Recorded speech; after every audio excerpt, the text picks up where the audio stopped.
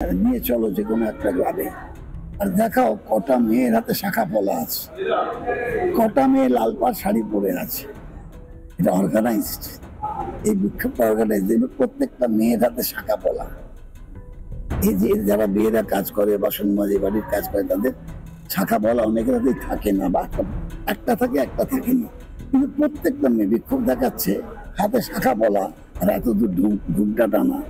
এগুলো দেখলে বোঝা যায় যে এগুলো পরিষ্কার তৈরি করা হয়েছিল। শাখা সিঁদুরের কি মূল্য উনি মনেই জানেন না। দিদির সঙ্গে থেকে থেকে কে হিন্দুর যে নারীর যে কি অস্থি, মানে শাখা সিঁদুরের যে কি সম্মান সেটা উনি ভুলে গেছেন। কিন্তু আমাদের গ্রাম অঞ্চলে আমরা এইগুলোকে আমাদের স্বামীর, মানে কি বলবো, স্বামীর সম্মান বা নিজেদের সম্মান বলে মনে করি। তাই ওনাকে জানিয়ে দিতে চাই আমরা নাটকও করছি না, অভিনয়ও করছি না। অর্থাৎ বোঝা গেল যে হাতে যদি শাখা পলা পরেন কোনো মহিলা, তার মানে সে সাজিয়ে গুছিয়ে নাটক করছে, মানে টিভি সিরিয়াল চলছে, নাটকের শুটিং চলছে। শুটিং করতে গেলে যেরকম শাখা পলা পরে প্রমাণ করতে হয়, মানে বাড়িতে যারা স্ত্রী, যারা বিবাহিত মহিলা, যারা সাধারণ বাড়ির গৃহবধূ, যাদের 10টা 5টা ডিউটি করতে হয় না, তারা নাকি হাতে শাখা পলা পরেন না। যারা লোকের বাড়িতে কাজ করেন তারা নাকি হাতে শাখা পলা পরেন না।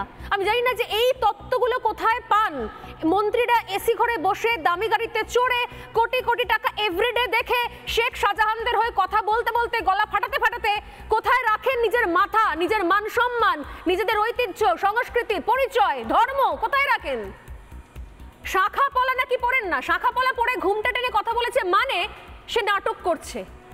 আজকে ওনারা বলছেন যে শাখা পলা পরে নাটক করতে হয় না। শাখা পলা সিঁদুরের মর্ম কি আদেও জানেন? কাদের তুষ্ট করার জন্য, কাদেরকে নিয়ন্ত্রণ করার জন্য, কাদেরকে ভোট ব্যাংক বানানোর জন্য প্রতি মুহূর্তে এইভাবে বাংলার মহিলাদের, মায়েদের অপমান করা হচ্ছে আমার জানা নেই। আমি আসবো শতরূপার কাছে। এটা খুব ক্লিয়ার প্রশ্ন নিয়ে, সোজাসুজি প্রশ্ন। শতরূপা, আজকে আপনি আমার শোতে বলুন দাঁড়িয়ে বসে যে যখন থেকে সন্দেশখালীর আন্দোলন শুরু হয়েছিল, যখন সন্দেশখালীর ঘটনা ঘটলো, আপনারা কখন জানতে পারলেন? যখন আমরা টিভিতে লাইভ টেলিকাস্ট করেছিলাম তখন থেকে, না তার আগে থেকে? কারণ আমরা অনেস্টলি বলছি, সামনেই বলছি, যখন সন্দেশখালীর রণক্ষেত্র, অগ্নিগর্ভ, যখন সন্দেশখালীতে প্রত্যেক মায়েরা মেয়েরা লাঠি হাতে ঝাঁটা হাতে বেরিয়ে এসেছে, থানা ঘেরাও করছে, সেই সময় আমরা আপনাদের কোনো নেতাকে তো দেখিনি। সেই সময় বরঞ্চ আমি দেখেছিলাম যে তার যখন 1 সপ্তাহ পর থেকে আপনাদের নেতা নেত্রীরা যাওয়ার চেষ্টা করেছেন, তারা আগে থেকে বলেছেন আমরা সন্দেশখালী যাব, তারা পৌঁছতে পারেনি, তাদেরকে আটকে দেওয়া হয়েছে। আপনারা সন্দেশখালী আন্দোলনের কখন জানতে পারলেন, কখন থেকে আপনারা মুভমেন্ট শুরু করলেন? আজকে বলুন তো ক্লিয়ারলি। স্বর্ণালী, তোমার মনে থাকবে তোমার শোতে বসে আমি তোমাকে এবং তোমার এন্টায়ার টিমকে কনগ্রাচুলেট করেছিলাম যে আজকে তোমাদের জন্য আমরা জানতে পারলাম যে ইডি যেদিন অ্যাসল্ট হলো তার দিন 3-4 পরে মিডিয়া ওখানে দাঁড়িয়ে ওদের এই স্বতঃস্ফূর্ত আন্দোলনটা পুরো দেশের কাছে, পুরো রাজ্যের কাছে তুলে ধরেছিল। তখন আমরা জানতে পারি। আজকে আমি এও বলেছিলাম স্বর্ণালী, সেদিন তোমার সঙ্গে আমার রেগুলার বোধহয় তখন 3-4টে পরপর শো হয়েছিল, আমি লাগাতার একটাই কথা বলে গেছি যে তোমরা পৌঁছতে পারছো, আমাদের একটা নেতা ওখানে ঢুকতে পারছে না। তো সেই জন্য আজকে আমি খুব সিস্টেম্যাটিক্যালি কয়েকটা পয়েন্ট বলছি। I hope I will not be interrupted. প্রথমত, তোমাদের ক্যামেরায় ধরা পড়েছে যে মেয়েদের কথা বলছে, শাখা পলার কথায় আমি পরে আসছি, বারবার কিন্তু এই মেয়েরা বলেছে আমরা টিএমসি করি, আমাদের একটাই রিকোয়েস্ট যে আমরা টিএমসি করি, টিএমসিই করব, দিদি যেন আমাদের দেখতে আসে।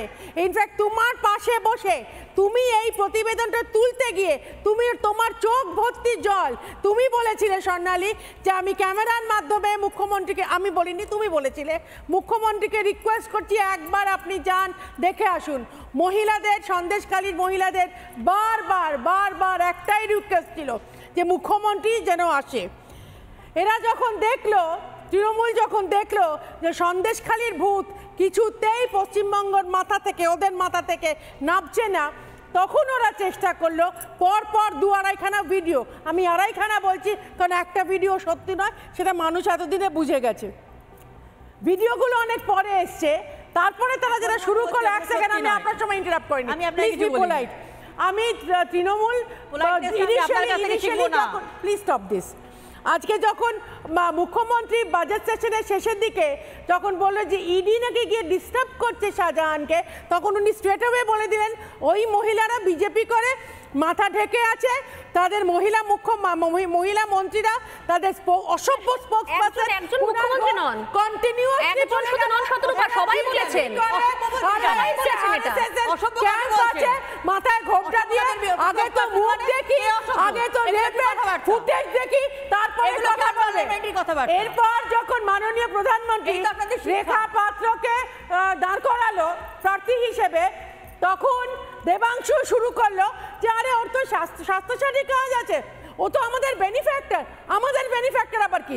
ও রাজ্য সরকারের স্বাস্থ্যসাথী স্কিম নিয়েছিল, বেশ করেছে নিয়েছিল, সেটাও যখন কাজে হলো না, রেখা পাত্রকে পদে পদে হ্যারাস করেছে।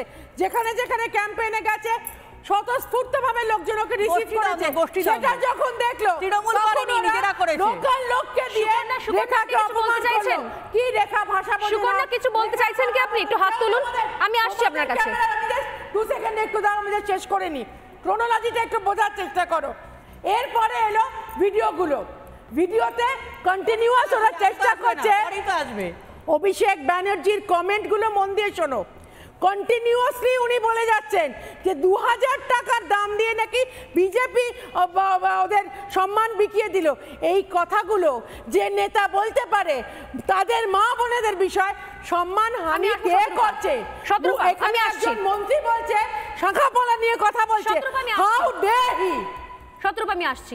সুস্মিতা সাদত ইতিমধ্যে যোগদান করেছেন, আরো একজন লয়ার। তবে তার আগে সুকন্যা অনেকক্ষণ ধরে বলতে চাইছেন, আমি প্লিজ প্রত্যেকে অনুরোধ করছি আপনারা হাত তুলুন, আমি নিশ্চয়ই আপনাদের কাছে আসবো, কারণ খুব সেন্সিটিভ সময় দাঁড়িয়ে রয়েছে আমরা। একজনের কথার মাঝখানে আরেকজন কথা বলতে শুরু করলে না আপনারা আমার কথা শুনতে পাবেন, না আপনাদের কথা মানুষ শুনতে পাবে।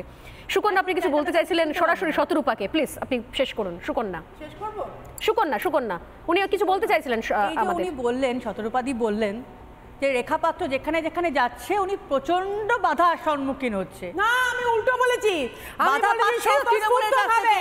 সেইটা দেখে আরে শুনুন, আরে আপনি তো বললেন তৃণমূলের কাছ থেকে প্রচন্ড বাধা পাচ্ছে। আপনি বলেছি প্রচন্ড স্পন্টেনিয়াস রিঅ্যাকশন পাচ্ছে, কিন্তু তৃণমূল বাধা দিচ্ছে না, সেইটা থেকে তৃণমূল বাধা দিচ্ছে। তৃণমূল শুরু করে ভীষণ বাধা দিচ্ছে। কিছু লোককে দিয়ে বাধা নয়, অপমান করা। কেউ অপমান করেনি, তৃণমূলের কেউ অপমান করেনি, অপমান করছে আপনাদের গোষ্ঠীদ্বন্দ্ব, আপনাদের গোষ্ঠীদ্বন্দ্ব। শতরূপা প্লিজ প্লিজ আমি আসছি। আর এনসিপির মধ্যে যে দ্বন্দ্ব, 20 সেকেন্ড আপনি আপনার বক্তব্য রাখুন। সুকন্যা প্লিজ আপনি বলুন। সুকন্যা বলুন, আমি শুনছি। আর কোনো কাজ নেই, শতরূপা প্লিজ ভাববে শতরূপা প্লিজ সুকন্যা বলেন। সুকন্যা আপনি বলুন আপনার তথ্য অনেক রয়েছে, আমি আপনার তথ্য নিশ্চয়ই সবার শোনা দরকার, আমারও শোনা দরকার। আপনি বলুন আপনি কি বলছিলেন সুকন্যা। আমার বক্তব্য হচ্ছে রেখা পাত্রকে নিয়ে মাথা ঘামাবার সময় বা কোনো ইচ্ছে তৃণমূলের কোনো সংগঠন, তৃণমূলের সরকার কারুর সেই দরকার পড়ে না। এটা সম্পূর্ণ তাদের নিজেদের গোষ্ঠীদ্বন্দ্ব, চাওয়া পাওয়ার হিসেব থেকে যারা বঞ্চিত আর যারা পেয়েছে তারা ওই ভারতীয় জনতা পার্টি আর শুভেন্দু জনতা পার্টির মধ্যে দ্বন্দ্ব। আমি এখানেই থাকি। সুকন্যা আমি আপনাকে জানিয়ে রাখি সুকন্যা আমি আপনাকে জানিয়ে রাখি কোনো সম্পর্ক নেই। সুকন্যা 2 সেকেন্ড আমি আপনাকে জানিয়ে রাখি, রেখা পাত্রকে নিয়ে তৃণমূল কংগ্রেসের মাথা ব্যথার কোনো কারণ নেই। আমাদের কাছেই রয়েছে যার সত্যতা যাচাই করা আছে, সেটা হচ্ছে রেখা পাত্র যখন প্রথমবার প্রার্থী হলেন, তখন আমি গল্পের মতো করেই বলি, তখন সেই সময়তে হঠাৎ করে তখন আমাদের রিপোর্টার সন্দেশখালীতে রয়েছে, আমরা দেখলাম কি সব চারিদিকে পোস্টার শুরু হয়ে গেল, রেখা পাত্রকে প্রার্থী হিসেবে মানি না মানছি না, এরকম পোস্টারিং চলছে।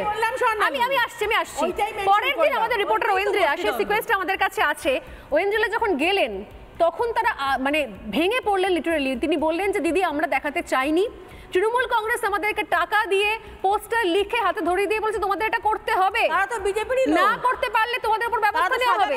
তাই আমরা দেখিয়েছি, কিন্তু আমরা বুঝতে পারছি যদি আমরা এখনো প্রতিবাদ না করি, রুখে না দাঁড়াই, তাহলে আমরা আর আমাদের নিজেদের অধিকার লড়তে পারবো না। তাই আমরা আজকে স্বীকার করছি প্রতিবাদ জেগে উঠলো, 11 বছর বাদে হঠাৎ ঘুম ভেঙে জেগে উঠলো ভোটের ঠিক আগে। এক্স্যাক্টলি 11 বছর বাদ, 11 বছর ধরে চলছে, তৃণমূল কংগ্রেস জানতে পারেনি কেন? একটা অনেক প্রশ্ন করব। ওখানে বিরোধী সুস্মিতা আছে এখানে, আমি আসছি আমার সবার কাছে যারা মাননীয় অতিথিরা রয়েছেন, আমি আসছি সুস্মিতা সাদত্তর কাছে আসবো, তার আগে সবার কাছে শুনে নিন ভোটটা নিয়ে শুনে নিন সবার কাছে আমার একটা প্রশ্ন, খুব অনেস্ট প্রশ্ন, শুনে নিন।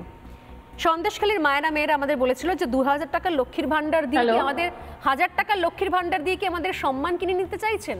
এটা সন্দেশখালীর মেয়েরা প্রশ্ন করেছিল। পাল্টা একটা ভিডিও বানিয়ে বলা হচ্ছে যে আসলে নাকি 2000 টাকার বিনিময়ে তারা নিজেদের সম্মান বিক্রি করেছে। আমার একটা অনেস্ট প্রশ্ন, অরিন্দম দা কখনো ভাববেন, পরে ভেবে অন্য সময় বলবেন, যে এইটা বলার আগে আমার মনে হয় শাসক দলের সত্যি সত্যি ডুবে মরা উচিত, যে 2000 টাকার জন্য বাংলার মায়েদের মেয়েদের আমি এমন জায়গায় নামিয়ে দিয়েছি, তাই এই ধরনের কথাগুলো বলছে। কোন জায়গা দাঁড়িয়ে রয়েছে আমরা? কাকে অসম্মান করার জন্য কাকে অসম্মান করছি? কাকে একটা রাজনৈতিক লড়াই লড়ার জন্য আমি অসহায় কিছু মেয়েদেরকে শিখণ্ডী বানাচ্ছি?